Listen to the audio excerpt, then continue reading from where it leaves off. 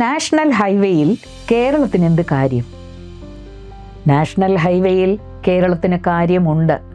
കേരളത്തിലെ ദേശീയപാതാ വികസനത്തിൽ സംസ്ഥാനം മറക്കാൻ ആഗ്രഹിക്കുന്ന ഘട്ടമാണ് 2011-2016 UDF ഭരണകാലയളവ്. 2010 ഓഗസ്റ്റ് 17 നടന്ന സർവകക്ഷി യോഗത്തിലാണ് കേരളത്തിലെ ദേശീയപാതയുടെ വീതി 45 മീറ്ററായി നിശ്ചയിക്കപ്പെട്ടത്.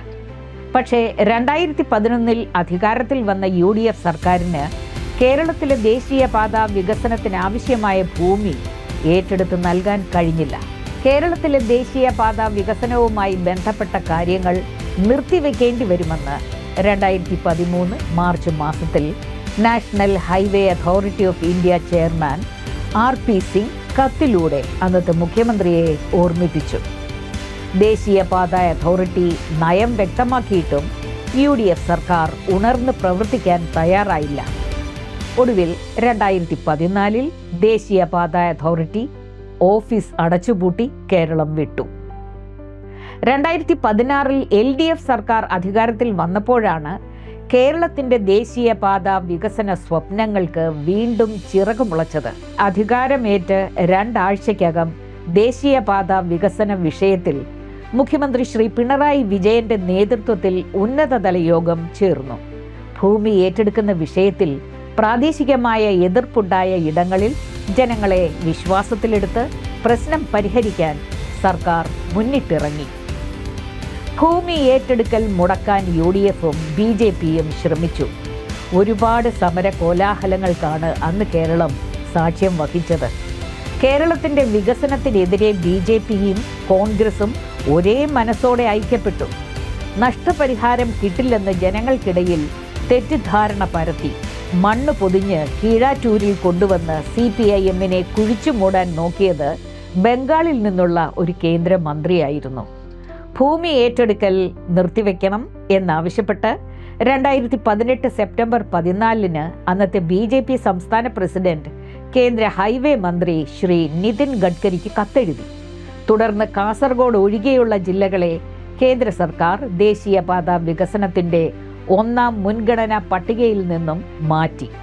ഒടുവിൽ 2019 ജൂൺ മാസത്തിൽ കേന്ദ്രമന്ത്രി ശ്രീ നിതിൻ ഗഡ്കരിയുമായി മുഖ്യമന്ത്രി ശ്രീ പിണറായി വിജയൻ നടത്തിയ ചർച്ചയ്ക്ക് ശേഷം മാത്രമാണ് കേരളത്തിലെ ദേശീയപാത വികസനത്തെ 1ാം പരിഗണനാ പട്ടികയിൽ വീണ്ടും ഉൾപ്പെടുത്താൻ കേന്ദ്ര ഉപരിതല ഗതാഗത മന്ത്രാലയം തീരുമാനിച്ചത്. കേരളത്തിൽ ഭൂമി ഏറ്റെടുക്കാൻ വേണ്ടിവരുന്ന അധിക ചെലവിൽ സംസ്ഥാനവും വിഹിതം വഹിക്കണമെന്ന ആവശ്യത്തോടെയാണ് സംസ്ഥാനത്തെ ദേശീയപാത വികസനത്തെ 1ാം പരിഗണനാ പട്ടികയിൽ ഉൾപ്പെടുത്താൻ കേന്ദ്രം തയ്യാറായത്. ദേശീയപാത വികസനത്തിനായി ഭൂമി ഏറ്റെടുക്കുമ്പോൾ കേന്ദ്ര സർക്കാരാണ് മറ്റെല്ലാ സംസ്ഥാനങ്ങളിലും നഷ്ടപരിഹാര തുക നൽകുന്നത്.